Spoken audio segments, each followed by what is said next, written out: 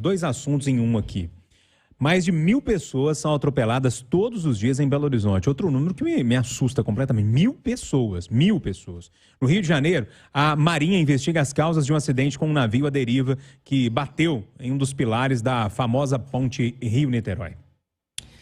Pois é, Júnior, essa questão dos atropelamentos, a gente acompanhou que na última década a frota brasileira cresceu 70%, ou seja, muito mais carros, muito mais motos nas ruas.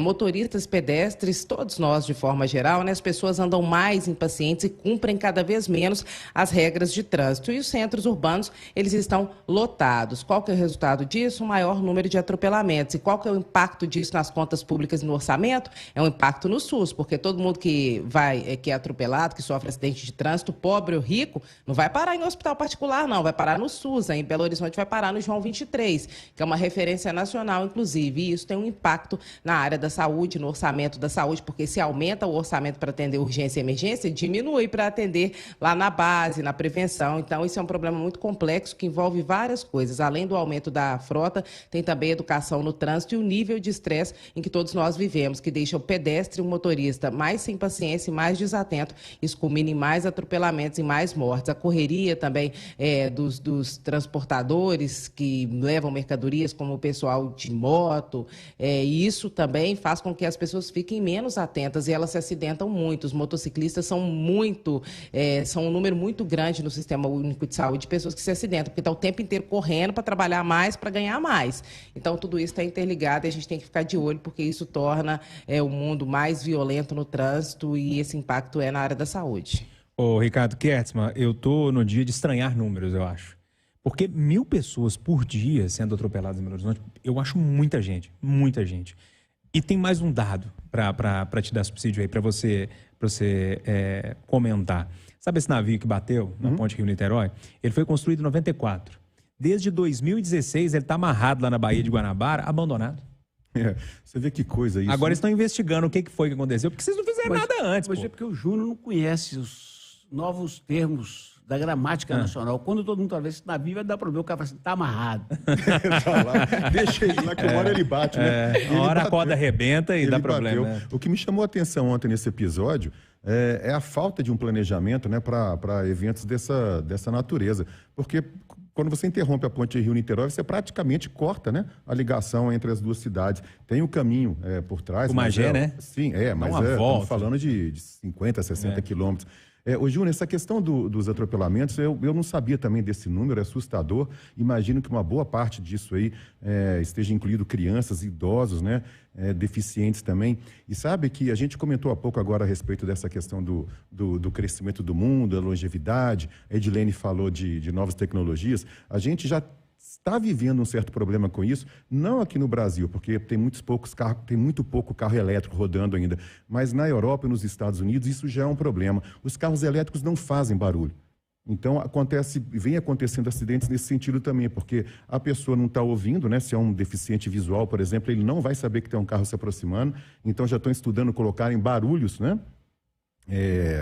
De motor ou alguma coisa assim, para que os carros façam som, para que as pessoas prestem atenção. E eu vejo muito isso dentro de shopping, né? Às vezes tem uma pessoa com um carro elétrico manobrando e quem está logo ao lado não consegue perceber, porque realmente não faz barulho nenhum. São as dores das novas tecnologias.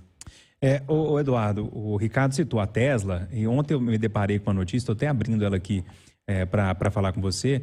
Essa questão do carro elétrico, realmente o Ricardo chamou a atenção para a questão do barulho, que ajuda e ajuda demais, né? Ônibus, caminhão, por exemplo, tem aquele apito, né? Quando vai dar ré, o pi, pi, né? Para alertar as pessoas. Um desses carros da Tesla, ele perdeu o controle e matou 2 pessoas atropeladas na China. Não sei se você teve a oportunidade de ver o vídeo, mas o carro simplesmente, que é aquele carro autônomo, né? Ele acelera e passa por cima de 2 pessoas. O carro autônomo também deve ter um pouco de coração, deve ter um dia de estresse, um dia de fúria. Não acordou bem, né? Falando sério, ô Júnior, você falou há pouco que eu gosto da sociologia. E quando tive a felicidade de estudar os 4 grandes da sociologia, eu me apaixonei por Zimmel. Porque o Zimmel, parece que tudo que ele escreveu, ele ficava olhando pela janela e observando as pessoas. E eu gosto demais disso, sabe? Eu tenho um grave defeito de falar demais. Quem tem o defeito de falar demais tem que observar muito. E se tem um negócio que me apraz, é chegar em qualquer cidade parar numa rua movimentada e ficar espiando. E eu convido o ouvinte de Itatiaia a fazer o seguinte exercício.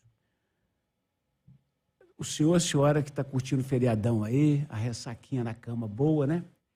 Um dia de semana, de preferência, sim, em horários mais movimentados, ou 8 da manhã ou 5 da tarde. Para no cruzamento de Afonso Pena com Caetés, ali na Praça Rio Branco. Para ali, fica quietinho. Vai com pouco dinheiro, né? Porque pode ser roubado. Põe um trocadinho no bolso, para ali um tiquinho, 5 minutos e observa. Põe a máscara também, porque o cheiro não vai estar bom, não. Põe a máscara também, né? Porque o cheiro é cocô e xixi para todo lado. Mas dá uma espiada na cidade que o senhor e a senhora vão compreender facilmente. Ali estão todos os elementos. Primeiro, muito carro. Segundo, muita gente. Terceiro, o privilégio é do carro. A Praça Rio Branco, como de resto as nossas cidades brasileiras, elas não são construídas para o pedestre. O carro é que vai, o pedestre que se vira. O motorista de carro, quase sempre estressado e quase sempre mal educado. E o pedestre, quase sempre mal educado, desprovido de qualquer campanha de conscientização, que devia começar na pré-escola. Então, é um salve-se quem puder. É uma luta permanente entre a máquina e a pessoa.